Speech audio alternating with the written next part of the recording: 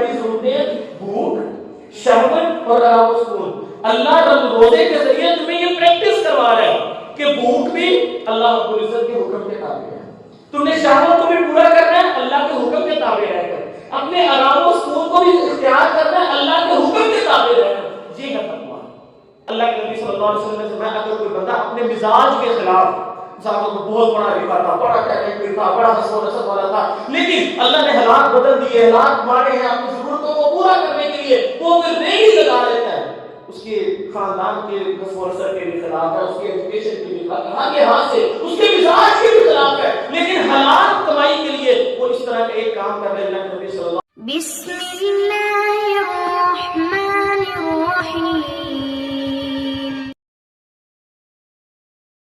رمضان کا مہینہ مسلمانوں کو ایک ریفریشر کورس کے طور پر دیا ہے اور فرمایا یا ایھا الذین آمنوا، اے لوگوں جو ایمان لے آئے ہو، کتب علیکم الصیام، تمہارے اوپر روزوں کو فرض کر دیا گیا ہے، کما کتب علی الذین من قبلکم، جیسے تم سے پہلے لوگوں کے اوپر فرض کیا گیا تھا، لعلکم تتقون، وجہ یہ ہے تاکہ تم تقویٰ اختیار کرو، اللہ کا ڈر اپنے دل میں پیدا کرو.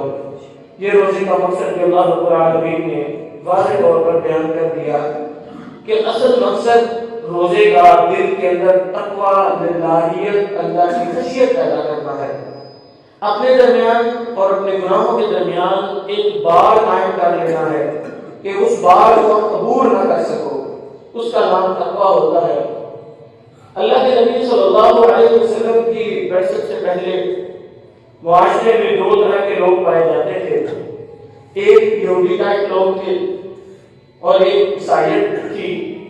یہودیت یا یہ کہہ دیں کہ اس وقت کے لوگوں میں دو طرح کے رویے پائے جاتے تھے. ایک رویہ یہ تھا کہ لوگ کہتے تھے کہ آخرت کی کوئی زندگی نہیں ہے، بس مر جانے، وقت کے ساتھ زمانے کی گردش کی وجہ سے ہمیں موت آئے گی، وما یہلکنا الا الدہر، بس یہ زمانے کی گردش ہے، وقت گزرتا ہے، ہر بندہ اپنے ٹائم لیمٹ کو پورا کرتا ہے، پھر پورا ہو جاتا ہے، پھر مر جاتا ہے. یہ کوئی نہیں ہے جو اس کو موت دیتا ہے. اللہ کا، آخرت کا، قیامت کا، جنت اور جہنم کا، قبر کے مرنے کے بعد دوبارہ زندہ ہونے کا، ان چیزوں کا جو لوگ انکار کرتے تھے ان لوگوں کا رویہ. اور ایک کچھ لوگوں کا رویہ وہ تھا جو اپنے آپ کو اللہ رب العزت کو راضی کرنے کے لیے دین سے ایک قدر لگاؤ لگا لیتے کہ اللہ رب العزت کو راضی کرتے کرتے کرتے دنیا سے اتنی دوری اختیار کر لیتے کہ اللہ کی حلال کردہ چیزوں کو بھی اپنے پہ حرام کر دیتے. تو یہ دو رویے تھے. پہلا رویہ جس کے اندر غالب پہلو کیا ہے کہ آخرت نہیں ہے، اللہ نے نہیں اٹھانا، مرنے کے بعد دوبارہ زندہ نہیں ہونا. ان لوگوں کا رویہ کیسا تھا اس کو سمجھانے کے لیے بنیادی طور پر یہ بات سمجھ لیں کہ انسان کی تین بنیادی چیزیں ضرورتیں ہوتی ہیں. ہر انسان کی تین بنیادی ضرورتیں ہوتی ہیں. پہلی ضرورت بھوک. ہر انسان کو بھوک لگتی ہے، یہ اس کی ضرورت ہے. بھوک کو مٹانے کے لیے وہ کوشش بھی کرتا ہے، محنت بھی کرتا ہے. تو ایک بنیادی ضرورت ہے بھوک. دوسری بنیادی ضرورت ہوتی ہے شہوت. ہر انسان کے اندر اللہ رب العزت نے شہوت رکھی ہے، تو شہوت کی ضرورت کو بھی اس نے پورا کرنا ہوتا ہے. اور تیسری ہر انسان کو جو ضرورت ہوتی ہے وہ ہے آرام، سکون. ہر انسان کو اپنے جسم کو سکون دینے کے لیے آرام کی ضرورت ہوتی ہے، وہ آرام بھی کرنا چاہتا ہے. تو یہ تین بنیادی ضرورتیں، باقی ضرورتیں اسی کے تحت آ جاتی ہیں. اب جو لوگ اللہ رب العزت کے اوپر یا آخرت کے اوپر یا دوبارہ زندہ کرنے پر یقین نہیں رکھتے تھے، ان لوگوں کا رویہ اس طرح کا تھا کہ وہ لوگ اپنی ہر چیز کی منشا، ہر چیز کی توجہ دنیا تک محدود کر دیتے تھے. وہ کہتے تھے بھائی دیکھو سیدھی سی بات ہے، ہم دنیا کی زندگی میں آئے ہیں، یہیں پہ ہم نے رہنا ہے، مر گئے پھر وہ جہاں کس نے دیکھا تو کوئی بات نہیں، دنیا ٹکا کے رکھی کرو. ایسے لوگوں کا رویہ ایسا ہوتا تھا، اپنی بھوک کو ختم کرنے کے لیے جو ان کا دل آتا تھا وہ کھاتے تھے. حرام اور حلال کی تمیز کرتے ہی نہیں تھے کیونکہ انہیں دوبارہ اپنے کو امید ہی نہیں تھی. اپنی دنیا کو انہوں نے اپنی ہر آخر سمجھ رکھا تھا، اسی وجہ سے وہ خوب حلال و حرام کی تمیز کیے بغیر خوب کھاتے پیتے، جو دل کرتا تھا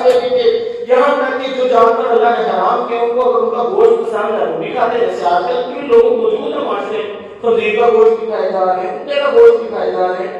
بہرحال اسی طرح حلال و حرام صرف کھانے کی حد تک نہیں, اسی کے بہت ساری چیزیں آ جاتی ہیں. مال ہڑپ کرنے کے لیے مثال کے طور پہ اپنی بھوک کو ختم کرنے کے ساتھ ساتھ اس میں اچھے گھر کی ضرورت ہے, لوگوں کے مال پہ بھی ہڑپ کر رہا ہے, لوگوں سے رشوت بھی لے رہا اپنا پیٹ بھرنے کے لیے, لوگوں سے مال بھی ناجائز طریقے سے, دھوکے سے, فراڈ سے, ہر طرح سے مال چھین رہا ہے. وجہ میں نے اپنی دنیا کو بہتر کرنا ہے, اپنی دنیا کے اسٹیٹس کو اعلیٰ سے اعلیٰ کرنا ہے, بہتر سے بہتر کرنا ہے, اپنی بھوک کو ختم کرنے کی وہ لالا راہ کی تمیز سوئے بیٹھے. کیوں؟ دوبارہ اٹھنے کی امید نہیں ہے, وہ یہی سمجھتا ہے سب کچھ دنیا ہی ہے. پھر شہوت کو بھی پورا کرنے کے لیے کیونکہ دوبارہ اٹھنے کی امید نہیں ہے, وہ ہر جائز ناجائز طریقہ پورا کرتا ہے. وہ گندی فلمیں بھی دیکھتا ہے, وہ ڈرامے بھی دیکھتا ہے, وہ فحاشی کے کام بھی کرتا ہے, وہ بے حیائی بھی کرتا ہے, وہ گندی جملے بھی سنتا ہے, لطیفے بھی سنتا ہے, جو اس کا دل کرتا ہے وہ کرتا چلا جاتا ہے. بیویاں بھی ہیں, باہر بھی منہ مارتا ہے, مطلب کیا؟ بس شہوت پوری کرنی ہے جہاں سے بھی ہوتی ہے. مقصد کیونکہ میں نے شہوت کو پورا کرنا ہے, آخرت کی امید یقین نہیں ہے, آخرت کے دل میں وہ امید نہیں ہے, اس وجہ سے دنیا کے اندر یہ اپنی ہر جائز ناجائز طریقے سے شہوت کو پورا کرنے پر لگا جاتا ہے.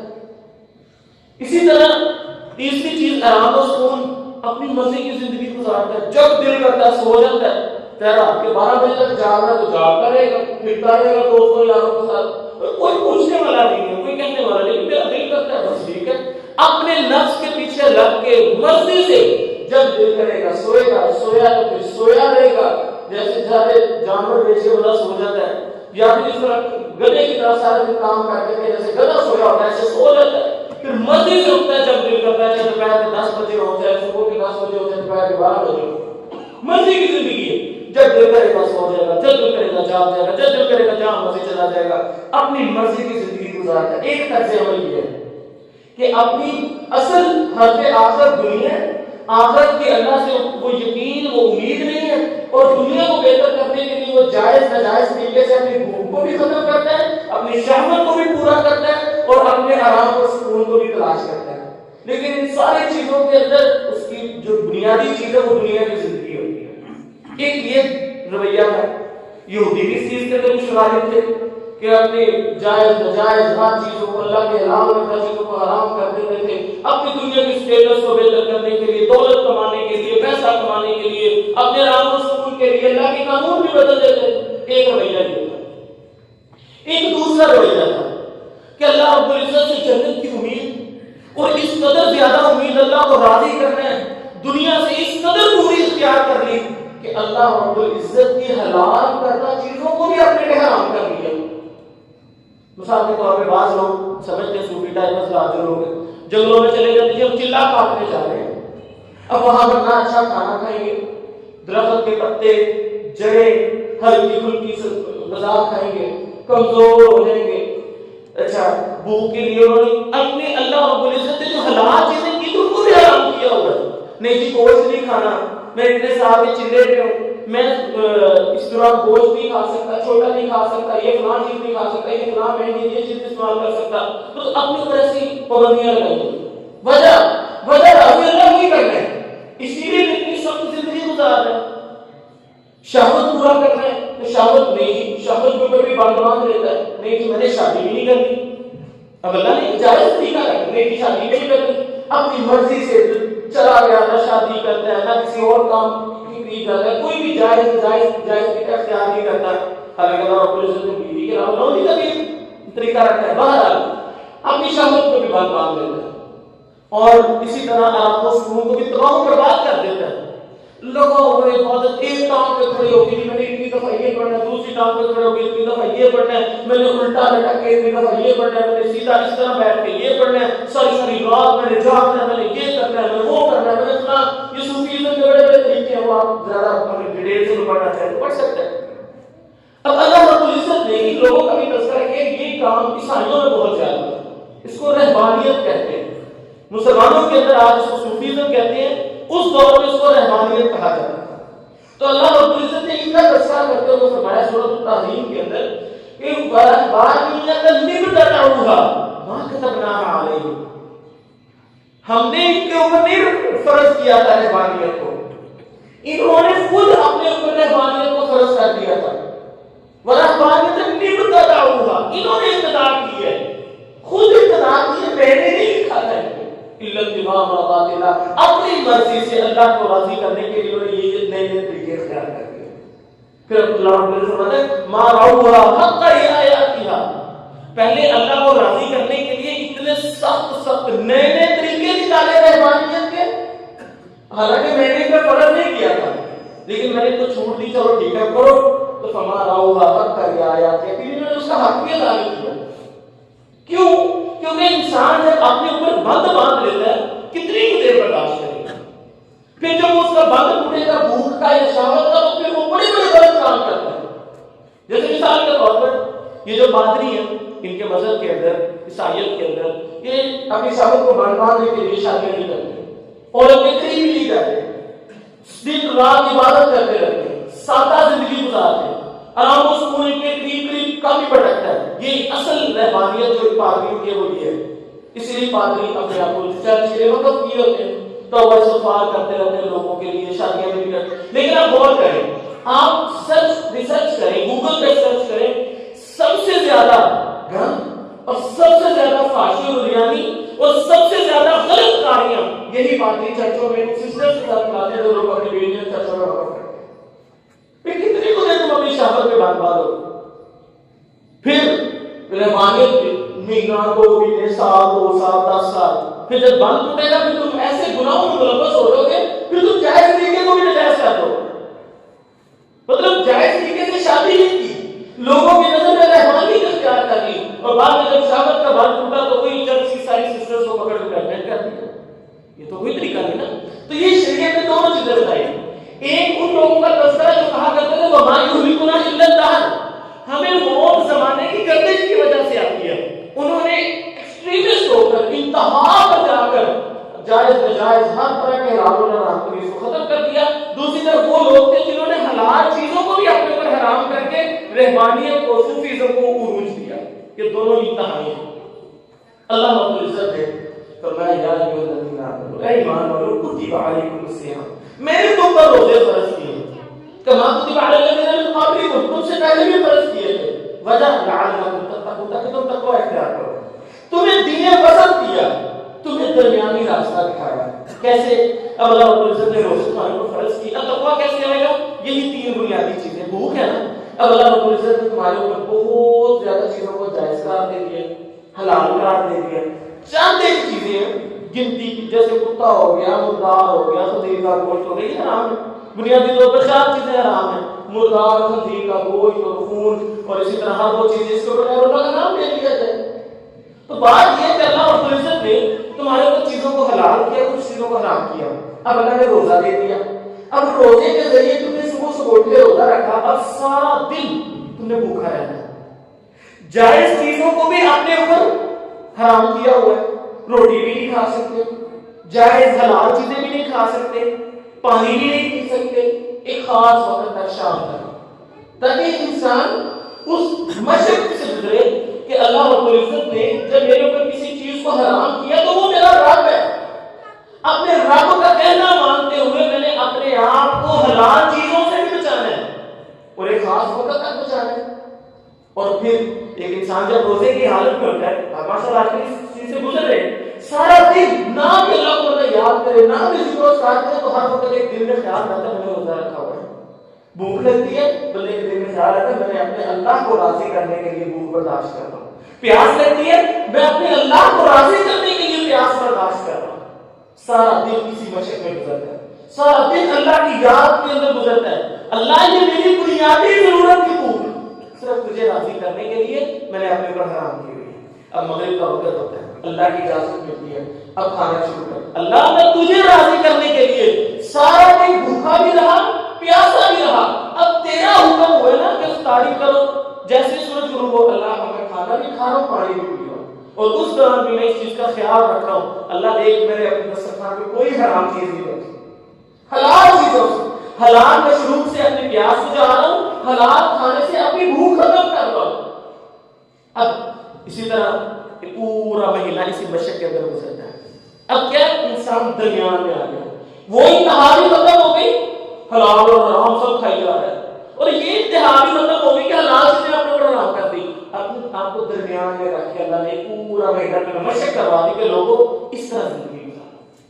اللہ کا ڈر اپنے دل میں بٹھاؤ تاکہ زندگی گزارنے کے بعد جب رمضان ختم بھی ہو جائے, جب بھی کوئی حرام کھانا سامنے آ جائے تو یہ مت سوچو, فوراً یہ دل میں خیال کرو یار میں نے اپنے اللہ کے خاطر پورا دن بھوکا رہا تھا, روزے کو پورا کرنے کے لیے میں پورا دن بھوکا رہا تھا, میرا کچھ نہیں بگڑا.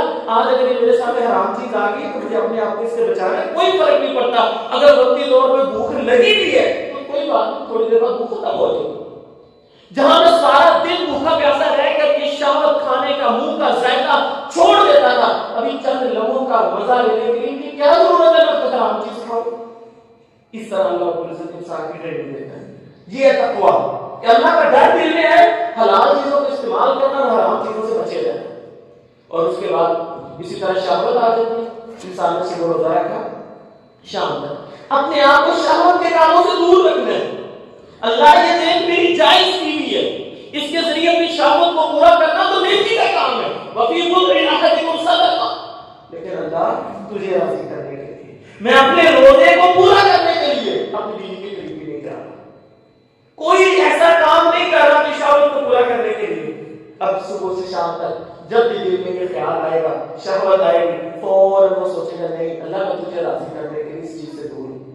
اب شام ہوئی, اللہ تعالیٰ نے حکومت ختم کر دی, اب شام کو بندہ بیوی کے پاس بھی جا سکتا ہے. باہر اسی طرح جب رمضان گزرتا ہے, اب زندگی کے اندر زندگی کے وقت گزارتے وقت کوئی سامنے کسی لڑکی پر نظر پڑ جائے, کسی فحاشی بیانی کی جگہ پہ نظر پڑ جائے تو فوراً دل میں خیال آتا ہے نہیں یار میں سارا دن اس چیز کے بغیر رہا ہوں, پورا مہینہ میں نے گزارا, مسلسل سارا دن میں ان چیزوں سے دور رہتا تھا, کچھ نہیں ہوا, آج نہیں کرتا. یہ چند لمحے کا مزہ لینے کی خاطر میں نے اپنی آنکھیں خراب نہیں کر دی. اپنی شہوت پر بات مان کر کنٹرول کرنا سیکھتا ہے. جیسے بھوک پر کنٹرول کرنا سیکھتا ہے روزے کے ذریعے, ایسے اپنی شہوت پر بھی کنٹرول کرنا سیکھتا ہے. تیسری بنیادی چیز ہے آرام و سکون. آرام و سکون حاصل کرنے کے لیے ایک طرف یہ انتہا تھی کہ مرضی سے سو رہا, مرضی سے جاگ رہا, کوئی پوچھنے والا نہیں. ایک طرف یہ انتہا تھی کہ ہر وقت اپنے آپ کو کھپایا ہوا ہے. ادھر ایک اللہ رب العزت نے طریقہ دیا, میرے بندے رات سونا تمہیں, رات ایک پہر تمہیں سونا بھی ہے. عبادت شوق اور رغبت سے کرنی ہے. اللہ کے نبی صلی اللہ علیہ وسلم نے فرمایا میرے صحابہ جب تم عبادت کرو شوق اور رغبت کے ساتھ کرو, جب تھکاوٹ محسوس کرو چھوڑ دو عبادت. مسجد میں آئے, ایک جگہ پہ رسی ٹانگی ہوئی تھی, کہا یہ کیا, کہا وہ مومنین یہاں پر نماز پڑھتی ہیں, جب تھک جاتی ہیں تو اپنے بالوں کو یا اپنے آپ کو اس رسی کے ساتھ باندھ لیتی ہیں تاکہ نیند نہ آئے, میں گروں نہ اور لگی رہو عبادت کے. تو اللہ کے نبی صلی اللہ علیہ وسلم نے فرمایا اتار دو اس کو, اور فرمایا جب تم میں سے کسی کو نیند آئے تو نماز چھوڑ کر سو جائے. اللہ رب العزت تمہارے اوپر سختی کو برداشت پسند نہیں کرتا, وہ تو تمہارے اوپر آسانیاں پیدا کرنا چاہتا ہے. ایسی سختی اللہ کو پسند نہیں ہے. نیند آ رہی ہے سو جاؤ, شوق اور رغبت کے ساتھ جتنی عبادت کر سکتے ہو کرو, پھر پورا مہینے کی ٹریننگ دے. یہ رفتاری کی ہے, کھانا کھائے, نیند کی, بڑا نیند کا غلبہ ہوتا ہے, لیکن نہیں اذان ہوتی ہے, بندہ ایک نئی جستجو آرزو کے ساتھ نکلتا ہے, ایک تمنا لے کے نکلتا ہے کہ میں نے ایک لمبا قیام کر کے آنا ہے, پورا گھنٹہ میں نے تراویح پڑھنی ہے. اب وہ جاتا ہے, نماز پڑھتا ہے, رکوع کرتا ہے, سجدے کرتا ہے, پھر نفلی عبادت کرتا ہے, وہ درد دروس ہوتا ہے وہ بھی سنتا ہے. یہ کیا ہے, یہ آرام. اللہ مجھے نیند آ رہی تھی, اللہ میں سونا چاہتا تھا, کھانا کھایا اور بڑی نیند آ رہی, اللہ تجھے راضی کرنے کے لیے میں یہاں پر کھڑا ہوں, یہ عبادت کر رہا ہوں. اور عبادت بھی بڑی مختصر سی ہے, گھنٹہ اتنی دیر میں بندہ کھپتا بھی ہے. اور اگر کبھی زیادہ نیند کا غلبہ آتے ٹھیک ہے چلے گئے سو گئے, تجر کے ٹائم اٹھ کے عبادت کر لیں. اللہ رب العزت نے منع کیا ہے, ایک بندہ سوری غور عبادت کرتا ہے, منع کیا اللہ تعالیٰ نے. ہاں جتنا آسانی سے آپ رات کا تیسرا حصہ کر دو, آدھی رات کر دو, اس سے زیادہ نہیں. تمہارے جسم کا تم پر حق ہے, اس حق کو ادا کرو. تو اس طرح اللہ رب العزت نے ایک طریقہ دیا. پھر سو گئے, تراویح پڑھ کے جا کر سو گئے. اب تہجد کا ٹائم ہوا, اب اٹھنا ہے, سحری کھانا بھی پڑتا ہے. اب وہ سحری کے لیے اٹھے گا, بڑا مشکل ہوتا ہے اٹھنا, جو لوگ نہیں اس سے اٹھتے بڑا مشکل, بیٹھو اٹھاؤ نہ تھکتے, بیٹھے اٹھاؤ نہ تھک جاتے.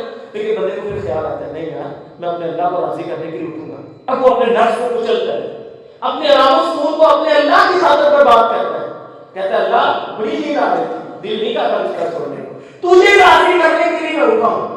تیری کہنے کے مطابق سحری کے وقت اللہ کیا کھانے کو دل کرتا, دل بھی نہیں کرتا اس ٹائم تو اللہ تجھے راضی کرنے کے لیے. تو یہ کہنا سحری میں برکت اپنے نبی کے ذریعے میں سحری اس طرح اپنے آرام اور سکون کو بھی اللہ رب العزت کی منشا کے تابع لے کر سحری کھاتا ہے، پھر نیند آتی نہیں، اٹھتا ہے، مسجد میں آتا ہے، رکعتیں پڑھتا ہے، نماز پڑھتا ہے، پھر جاتا ہے۔ اللہ دیکھ اپنی نیند کو بھی تباہ و برباد کر کے تیری خاطر ایک پورا مہینہ ایک روٹین کے ساتھ ہم اللہ رب العزت کی منشا کی خاطر اپنے آرام اور سکون کو لے آتے ہیں۔ یہ ہے تقویٰ کہ دین انسان کی تین بنیادی ضرورتیں بھوک، شہوت اور آرام و سکون۔ اللہ رب روزے کے ذریعے تمہیں یہ پریکٹس کروا رہا ہے کہ بھوک بھی اللہ رب العزت کے حکم کے تابع ہے، تم نے شہوت کو بھی پورا کرنا ہے اللہ کے حکم کے تابع رہ کر، اپنے آرام و سکون کو بھی اختیار کرنا ہے اللہ کے حکم کے تابع رہ کر۔ یہ ہے تقویٰ۔ زندگی میں کبھی حرام کا نہیں آتے۔ تقویٰ اسی کو کہتے ہیں نا، اپنے درمیان اور گناہوں کے درمیان ایک بار کھڑی کر لینا، ایک خط کھول لینا، ایک ایسا فاصلہ قائم کر لینا کہ آپ اس گناہ میں جا نہ سکو۔ یہ روزے کے ذریعے دیکھو آپ اللہ رب العزت آپ کی پریکٹس کروا رہے ہیں کہ زندگی میں بھوک کے حوالے سے، شہوت کے حوالے سے، آرام و سکون کے حوالے سے کبھی بھی کوئی بھی آزمائش سامنے آئے تو نے بھٹکنا نہیں ہے، تو نے اللہ کو یاد کرنا ہے۔ یہ ہے روزے کا مقصد میرے بھائیوں کہ یا ایھا الذین آمنوا کتب علیکم الصیام، اے لوگوں ایمان والو میں نے تم پہ روزے فرض کر دیے، تم سے پہلے لوگوں پر بھی فرض کیے تھے، لعلکم تتقون، تاکہ تم تقوی اختیار کرو، اپنے آپ کو گناہوں سے بچانے والے بن جاؤ، اپنے آپ کو حرام چیزوں سے بچانے والے بن جاؤ، اپنے آپ کو ناجائز طریقے سے شہوت پورا کرنے والی چیزوں سے بچ جاؤ، اپنے آپ کو فضول طریقے سے اپنی مرضی سے سونے جاگنے والا نہیں بلکہ اللہ رب العزت کی مرضی کے مطابق اپنے آرام و سکون بنانے والے بن جاؤ۔ یہ طریقہ ہے۔ اچھا اللہ میں نے تقوی اختیار کر لیا، اب رمضان کا مہینہ ہے، میں اور زیادہ اپنے اللہ کو راضی کرنا چاہتا ہوں، تو طریقہ کار کیا ہے؟ اللہ کے نبی صلی اللہ علیہ وسلم نے فرمایا، صحیح بخاری کی حدیث ہے، حدیث قدسی ہے، اللہ کے نبی صلی اللہ علیہ وسلم فرماتے ہیں کہ اللہ رب العزت فرماتے ہیں مجھے اپنے بندے پر سب سے زیادہ پیار اس وقت آتا ہے جب وہ میرے فرائض ادا کرتا ہے، سب سے زیادہ پیار۔ مثال کے طور پر فرض نماز کا وقت ہو گیا، سب سے زیادہ ثواب اس چیز میں کہ تم سارے کام چھوڑ کر آ کے نماز پڑھو۔ جمعے کا وقت ہو گیا، حلال کمانا بھی عبادت، کتنی عبادت۔ اللہ کے نبی صلی اللہ علیہ وسلم نے فرمایا اگر کوئی بندہ اپنے مزاج کے خلاف، مثال کو بہت بڑا لکھا تھا، بڑا ٹیلنٹ تھا، بڑا حسن و نسب والا تھا، لیکن اللہ نے حالات بدل دیے، حالات مارے ہیں اپنی ضرورتوں کو پورا کرنے کے لیے، وہ پھر ریڑھی لگا لیتا ہے، اس کے خاندان کے حسن و نسب کے بھی خلاف ہے، اس کے ایجوکیشن کے بھی خلاف ہے، آگے ہاتھ سے اس کے مزاج کے بھی خلاف ہے، لیکن حلال کمائی کے لیے وہ اس طرح کا ایک کام کر رہے ہیں۔ اللہ کے نبی صلی اللہ علیہ وسلم فرماتے ہیں اللہ تعالیٰ اس حلال کمائی کی وجہ سے اس کی زندگی کے سارے گناہ معاف بھی کر دیتے ہیں اور اس ایک چیز کی وجہ سے اللہ جنت بھی عطا کر دیتے ہیں۔ اگر تو بندہ اس طرح کا مزاج اختیار کر لے تو اللہ تعالیٰ کیا کرتے ہیں، اس کو اس عمل کے بدلے جنت عطا کر دیتے ہیں۔ یہ کوئی چھوٹا عمل ہے حلال کمائی، لیکن اب اذان ہو گئی، اب فرض نماز کا وقت ہو گیا، جمعے کا وقت ہو گیا، اب حلال کمانے سے زیادہ بڑا ثواب کا کام یہ کہ تم اس کام کو بند کرو اور مسجد میں آ کے جمعہ ادا کرو، پھر جا کے قرآن کھولو۔ اثر کا ٹائم ہو گیا، تم چاہے قرآن پڑھ رہے ہو، بہت بڑی عبادت ہے، چاہے درس دے رہے تھے، چاہے دو لوگوں کے درمیان صلح کروا رہے تھے، بڑی بڑی نیکی ہے، لیکن اب اذان ہو گئی، اب سب سے بہترین عبادت یہ ہے، سب سے بہترین چیز یہ ہے کہ تم سارے کام چھوڑ کر آ کے مسجد میں فرض نماز ادا کرو۔ رمضان کا مہینہ آ گیا، تم نے جو مرضی کام شروع کیا ہوا ہے، جو مرضی کام کرتے ہو، کنسٹرکشن کرتے ہو، مزدوری کرتے ہو، مستری کرتے ہو، جو بھی ہے، تھک جاتے ہو اپنے کام کم کر دو، مائنڈ پڑھ لو، لیکن رمضان کے اندر سب سے بہترین عبادت رمضان کے روزے رکھنا ہے، ایسے فرض زکات ادا کرنا، فرض حج کرنا، یہ سب سے بہترین عبادت ہے۔ اللہ رب العزت فرماتے ہیں مجھے اپنے بندے پر سب سے زیادہ پیار آتا ہی تب ہے جب وہ میرے فرائض کو ادا کرتا ہے، بڑا پیار آتا ہے۔ پھر اللہ رب العزت فرماتے ہیں پھر فرائض ادا کرنے کے بعد میرا بندہ جب نفلی عبادات کے ذریعے میرا تقرب حاصل کرتا ہے، میں فرض نماز تو پڑھ لی، اب وہ سنتے بھی پڑھی جا رہے ہیں، اب وہ نفل بھی پڑھ رہے ہیں، اب وہ تراویح بھی پڑھ رہے ہیں، بڑے خوشی و خضوع کے ساتھ لگا ہوا ہے، اب وہ قرآن کی تلاوتیں بھی کر رہے ہیں، اب وہ عبادات کے اندر بڑے شوق اور رغبت کے ساتھ لگا ہوا ہے، صدقہ و خیرات بھی بڑی کر رہے ہیں، اب وہ نفلی روزے بھی رکھ رہے ہیں اور واجب میں بھی کوشش کر رہے کرنے کی۔ اللہ رب العزت فرماتے ہیں اس طرح بندہ جب نفلی عبادات کرتا چلا جاتا ہے تو وہ آہستہ آہستہ میرا تقرب حاصل کر لیتا ہے۔ پھر جب بندہ میرا تقرب حاصل کر لیتا ہے، مجھ سے محبت کر، میں اس سے محبت کرنے لگ جاتا ہوں، اور محبت کرنے کے بعد اللہ رب العزت فرماتے ہیں میں اس کا ہاتھ بن جاتا ہوں، میں اس کا ہاتھ بن جاتا ہوں جس سے وہ پکڑتا ہے، میں اس کی آنکھیں بن جاتا ہوں جس سے وہ دیکھتا ہے، میں اس کے کان بن جاتا ہوں جس سے وہ سنتا ہے، میں اس کے پاؤں بن جاتا ہوں جس سے وہ چلتا میں اس کی زبان بن جاتا ہوں جس سے وہ بولتا ہے. کیا مطلب؟ اس کا مطلب یہ ہے کہ جب اللہ کسی کی آنکھ بن جائے تو وہ اسے دیکھتے. اس کا مطلب یہ کہ ایسا بندہ جب اللہ کا تقرب حاصل کر لیتا ہے, اللہ رب العزت اس کو یہ استطاعت عطا کر دیتے ہیں کہ اس کو یہ حیا پیدا کر دیتے ہیں اس کے اندر کہ وہ اپنی آنکھوں سے صرف جائز چیزوں کو دیکھتا ہے, حرام چیزوں کی طرف دیکھنا بھی پسند نہیں کرتا. جب اللہ کسی کے کان بن جاتا ہے اس کا مطلب یہ ہے وہ اپنے کانوں سے ناجائز باتیں سننا بھی پسند نہیں کرتا. جب اللہ کسی کی زبان بن جاتا ہے اس کا مطلب یہ ہے وہ اپنی زبان سے فحش گوئی بھی پسند نہیں کرتا. ایسی بات جو منہ سے نکالنا پسند نہیں کرتا تو اللہ کو بری لگتی ہے. جب انسان پسند کرتا ہے, جب انسان کا ہاتھ اللہ بن جاتا ہے پھر وہ اپنے ہاتھ سے کوئی ایسا غلط کام نہیں کرتا جس سے اللہ رب العزت کی ناراضگی ہے. جب پاؤں بن جاتا ہے اس کا مطلب وہ کہیں بھی گناہ کی طرف ان پاؤں کے ساتھ چل کے نہیں جاتا ہے. یہ مطلب ہے اس کا. اور اسی حدیث کیا کہتا ہے, بعض لوگ اس کا بڑا غلط مطلب لیتے ہیں کہ ایک وقت آتا ہے جب عبادت کر کے اللہ اور بندہ ایک ہی ہو جاتے ہیں. عقیدہ وحدت الوجود کی بات کرتے ہیں, بالکل غلط بات ہے. کیونکہ اسی حدیث کے اندر یہ بھی الفاظ آتے ہیں کہ بندہ جب اس سے سوال کرتا ہے نا تو اس کو عطا کرتا ہے. اب جب بندہ اور اللہ ایک ہی ہو گئے تو پھر سوال کس سے؟ بات یہ اللہ تعالیٰ بتا رہے بندہ ہی رہتا ہے, اللہ ہی رہتا ہے.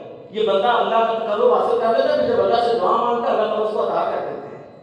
پھر یہ جب بندہ اللہ رب العزت سے کوئی سوال مانگتا ہے, کچھ بھی مانگتا ہے, آخرت کی کامیابی یا دنیا کی کامیابی یا کسی کی بھی دعا مانگتا ہے, اللہ اس کی دعا کو قبول کر دیتے ہیں. یہ اس کا مطلب ہے. اور پھر صحیح بخاری کی حدیث کی اس میں ایک لفظ یہاں پر یہ بھی ہے کیونکہ مختلف حدیث سے مجموع ہے تو اللہ رب العزت فرماتے ہیں جب بندہ نفلی عبادات کے ذریعے میرا تقرب حاصل کر لیتا ہے تو ایک روایت میں آتا ہے میں آہستہ آہستہ خدا سے محبت کرنے لگ جاتا ہوں. پھر جب میں کسی سے محبت کرتا ہوں میں فرشتوں کے اندر اعلان کروا دیتا ہوں فلاں بندے سے میں محبت کرتا ہوں تم بھی محبت کرو.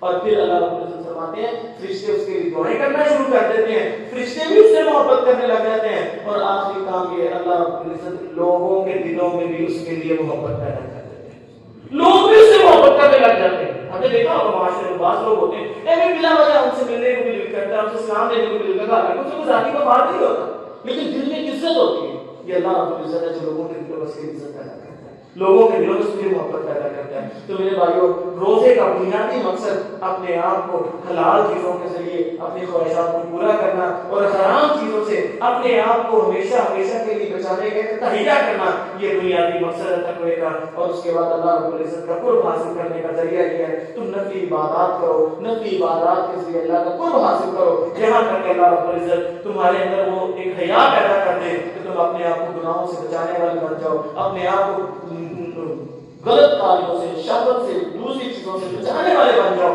اور نیکیوں کے اندر سبقت لے جانے والے بن جاؤ اور اللہ رب العزت کے ساتھ محبت کرنے والے بن جاؤ. اللہ تم سے محبت کرنے والا بن جائے. اللہ رب العزت سے دعا ہے اللہ رب العزت ہمیں روزوں کا یہ مقصد اور رمضان کے اس مقصد کو صحیح طرح پانے کی توفیق عطا فرمائے. وآخر دعوانا